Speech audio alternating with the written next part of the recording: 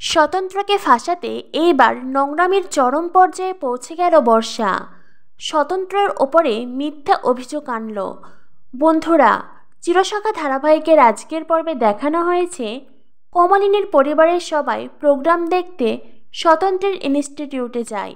এদিকে স্বতন্ত্র একটি দরকারি ফাইল বাড়িতে রেখে গিয়েছিল। সেই ফাইল নিতেই বাড়িতে ফিরে আসে। বাড়িতে কেউ না থাকার সুযোগে বর্ষা কমলিনীর ঘরে আসে। কমলিনীর ঘরের দরজা ভিড়ে দিয়ে আলমারি খোলে। সেখান থেকে কয়েকটি গয়নার বক্স বের করে। লোভী বর্ষা সেই গয়নাগুলো নিজের গলায় পরে দেখতে থাকে। তখনই ঘরে আসে স্বতন্ত্র। স্বতন্ত্র বাড়ির দরজা খোলা পেয়ে প্রথমেই একটু রেগে যায়। বাড়িতে কেউ নেই, বর্ষা মেয়েটা এতটাই দায়িত্বহীন যে সদর দরজাটাও লাগিয়ে দেয়নি। স্বতন্ত্র রাগে গজগজ করতে করতে নিজের ঘরে আসে। নিজের ঘরে এসে স্বতন্ত্র অবাক হয়ে যায়। বিছানার ওপরে গয়না ছড়ানো, আলমারিটাও খোলা। এদিকে বর্ষা সেই গয়নাগুলো দেখছে। স্বতন্ত্র বর্ষা বলে চিৎকার করে ওঠে। বর্ষা তো ভয়ে আটকে ওঠে। বর্ষা স্বতন্ত্রকে বলে, এ কি, আপনি এখানে? আপনি হঠাৎ এ ঘরে কি করছেন? স্বতন্ত্র বলে, সেই প্রশ্ন পরে, আগে তুমি আমার প্রশ্নের উত্তর দাও। তুমি এখন এই ঘরে কি করছো? আলমারি খোলা, গয়না এখানে ছড়ানো, কি হয়েছে বলো? বর্ষা বলে, আমি এই প্রশ্নের উত্তর পরে দিচ্ছি, আগে আপনি বলুন, আপনি এখন এখানে কেন এসেছেন? হ্যাঁ, আপনি এখানে এসেছেন আমার সর্বনাশ করতে, তাই না? আপনার এইরকম বাজে উদ্দেশ্য নিয়ে আপনি এখানে এসেছেন। যেটা শুনে স্বতন্ত্র যেন আকাশ থেকে পড়ে। স্বতন্ত্র বলে, তুমি এসব কি কথা বলছো? হ্যাঁ, কি কথা বলছো?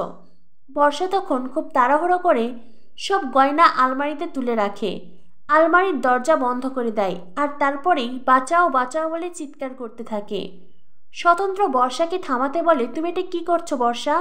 প্লিজ এমনটা করো না, এই নোংরামি বন্ধ করো। কিন্তু না, বর্ষা নিজের হাতেই নিজের সিঁথির সিঁদুর মুছে যায়, কপালের টিপ লেপটে দেয় আর তারপরেই নিজের ব্লাউজ ছেড়ে, শাড়ির আঁচল ছেড়ে বর্ষা নিজের এমন একটি লুক ক্রিয়েট করে যেন মনে হয় স্বতন্ত্র তার শ্লীলতা হানি করতে চেষ্টা করেছে। বর্ষাকে এমন অবস্থায় দেখে লক্ষ্মী বলে, কি হয়েছে নাতবউ?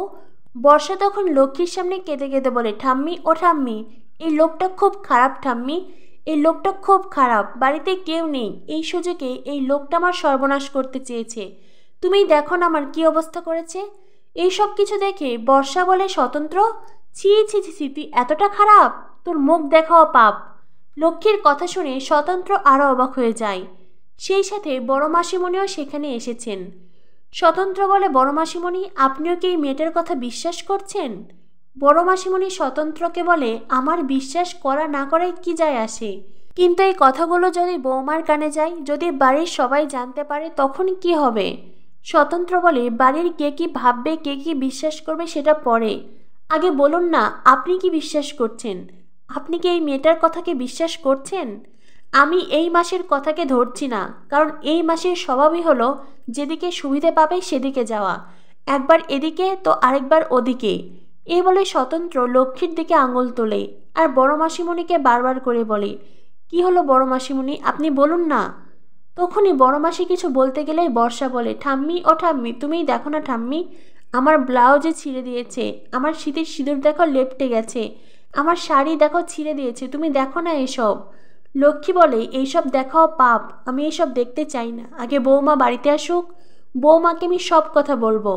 স্বতন্ত্র বলে, তুমি তোমার বৌমাকে সব কথা বলো, তোমার বৌমা কখনো এই মেয়েটাকে বিশ্বাস করবে না, কারণ কমলিনী জানে আমি কেমন, আমি এত বছর যে জায়গায় কাজ করেছি তারা জানে আমি কেমন। তোমরা সবাই মিলে আমাকে ফাঁসাতে চাইছো, তাই তো? পারবে না, তোমরা আমাকে ফাঁসাতে পারবে না, আমার শরীরে এতটুকু দাগ লাগাতে পারবে না তোমরা। ছি বর্ষা, আমি সঠিক সময়ে বিয়ে করলে তোমার মতো আমার একটা মেয়ে থাকতো, আর সেই তুমি কি না এমন একটা নোংরা অভিযোগ করছো? কি ভেবেছো এভাবে তুমি আমায় ধ্বংস করবে? কি ভাবছো এই বাড়ি থেকে আবারও আমাকে তাড়াবে? তুমি আমাকে ফাঁসাতে পারবে না, আমার কোনো ক্ষতি করতে পারবে না তুমি, তাই এইসব কথা বলা বন্ধ করো। একটা কথা মনে রেখো বর্ষা, মুখের কথা একবার খসে পড়লে সেটা কিন্তু আর ফিরিয়ে নেওয়া যায় না। তুমি যেই অপবাদ দিচ্ছ, মিথ্যে কথা বলছো। বর্ষা বলে, কোনো রেপিস্টই নিজের মুখে সেটা স্বীকার করে না যে সে এই কাজ করেছে। আপনিও ঠিক তেমনই স্বতন্ত্র বোস, আমি আপনাকে ঠিক জব্দ করব। স্বতন্ত্র তখন বর্ষাকে বলে, শাট আপ। বর্ষা উল্টো স্বতন্ত্রকে চিৎকার করে বলে, ইউ শাট আপ, চোরের মায়ের বড় গলা, তাই না? বর্ষার হম্বিতম্বি তার কথা শোনাতে স্বতন্ত্র আজ যেন অসহায় বোধ করছে। অন্যদিকে দেখানো হয় প্রোগ্রামে সবাই স্বতন্ত্রের জন্য অপেক্ষা করছে, স্বতন্ত্র কখন যে ফাইল নিয়ে আসবে। এদিকে আজ স্বতন্ত্র একটি বিশেষ পুরস্কার পাবে, যেই কথাটা স্বতন্ত্র কাউকেই বলেনি। সেটা অবশ্য পেপার পত্রিকায় বেরিয়েছিল, কমলিনী দেখেছে। বাকি সবাই তো স্বতন্ত্রের এই সফলতার জন্য বেশ এক্সাইটেড, খুব খুশি তারা। কমলিনী বারবার করে দরজার দিকে তাকাচ্ছে, কখন স্বতন্ত্র আসবে, কিন্তু স্বতন্ত্র আসার তো কোনো নামই নেই। এদিকে অনুষ্ঠান শুরু হয়েছে। তখনই রশ্মি বুবলাইকে বলে, হ্যাঁ রে, বর্ষা এলো না? বুবলাই বলে, বর্ষায় আসতে চায়নি, ওকে আমরা বারবার করে বলেছি, তবুও আসতে চায় না। দেখো, কেউ যদি আসতে না চাই তাকে তো আর জোর করতে পারি না। রশ্মি বলে, ও আচ্ছা, তো বুবলাই ভালো হয়েছে তুই বাড়িতে ফিরে এসেছিস। তুই যে তোর মায়ের এই বিয়েটা মেনে নিয়েছিস, এটা ভেবেই তো আমি অবাক হয়ে যাচ্ছি। দেখ, এখন যদি তোর মায়ের জায়গায় আমি এই কাজ করতাম, মৌ তো কোনো দিন আমার মুখ দেখতো না। তখনই বুবলাই বলে, আমি আপত্তি করাই না করাই কি যায় আসে বলো তো? এতকাল কি কারো কিছু যায় এসেছে? এই যে আমি হসপিটালে ভর্তি ছিলাম, কতগুলো টাকা দিতে হলো, ওরা তো আমাকে হসপিটাল থেকে বেরোতেই দিত না যদি না নতুন কাকু সেই টাকাগুলো দিত। তারপরে আবার নতুন কাকু আমার ভাড়া বাড়িতে গিয়ে আমাকে এত করে অনুরোধ করলো, তাই আমি নতুন কাকুর কথা ফেলতে পারিনি। তাছাড়া দেখো, প্রত্যেকটা মানুষের চিন্তাভাবনা আলাদা। আমার মায়ের জীবনে নতুন কাকুর গুরুত্ব অনেক বেশি। আমার মা নতুন কাকুর সাথে ভালো থাকবে, তাই আমি তো আমার মায়ের সেই ভালো থাকায় বাধা হতে পারি না। আমার মা যেটা চাই সেটাতেই সে ভালো থাকুক। রশ্মি বলে, তো বুবলাই, তোর মা কি তোর যত্ন আত্তি করে? তখনই বুবলাই বলে, হ্যাঁ, মা সবারই দেখাশোনা করে, মা সবাইকেই আগলে রেখেছে। মিডিল তখন রশ্মিকে বলে, তুমি তো জানো মামি, যে বুবলাইদা এই সব কিছু পছন্দ করতো না, এই সম্পর্কটা সে মন থেকে মানতে পারতো না, বা এখনও পারেনি হয়তো। তুমি তারপরেও কেন তাকে বারবার করে খুঁচিয়ে যাচ্ছ? সব জেনে শোনো তুমি কেন তার মনের ক্ষতটাকে বারবার করে খুঁচিয়ে যাচ্ছ, কেন তাকে কষ্ট দিচ্ছ? বাবিল, মিঠি এরা যে বিষয়টা সহজে অ্যাকসেপ্ট করতে পারে, বুবলাইদা সেটা পারে না, আর সেজন্যই তুমি তাকে উস্কানি দিচ্ছ, তাই না? তখনই বাবিল বলে, একেবারেই তাই মামি, তখন থেকে দেখছি আমার মায়ের নামে বাজে কথা বলছো, আমার মায়ের নামের একটাও বাজে কথা বলবে না। তখনই রশ্মি বলে, বাবা, এখানে দেখছি ছোট মুখে সব বড় কথা বলছে।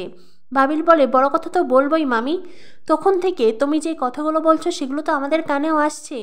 তুমি একদম আমার মায়ের নামে একটাও বাজে কথা বলবে না। মিঠি বলে, একেবারেই তাই, আর তাছাড়া আমার মা যেটা করেছে সেটা যদি আমাদের কোনো আপত্তি না থাকে, তোমার এত কিসের সমস্যা? হ্যাঁ? তখনই রশ্মি মিঠিকে বলে, এটা যদি পাবলিক প্লেস না হতো তোকে মজা বোঝাতাম। বাবিল বলে, মিঠি তো ঠিক কথাই বলেছে, তখন থেকে তুমি আমাদের মায়ের নামে বাজে কথা বলবে আর আমরা সেটা মেনে নেবো, এমনটা কিন্তু হবে না। বাবিল বলে, মিঠি ঠিক কথাই বলেছে, তখন থেকে তুমি আমাদের মায়ের নামে বাজে কথা বলবে আর আমরা সেটা মেনে নেব, এমনটা কোনো দিন হবে না। তো বন্ধুরা, পার্বতী যখন স্বতন্ত্রের নামে নানান কথা বলেছিল, কমলিনী তখন পার্বতীকেই বিশ্বাস করেছে, স্বতন্ত্রকে নয়। আজ বর্ষা স্বতন্ত্রের গায়ে এত বড় কলঙ্কের দাগ দিল, এক্ষেত্রে কমলিনী কাকে বিশ্বাস করবে, বর্ষা নাকি স্বতন্ত্রকে? কি হতে চলেছে চিরসখা ধারাবাহিকে? চিরসখা ধারাবাহিকের পরবর্তী আপডেট পেতে আমাদের সাথেই থেকো। ধন্যবাদ সবাইকে।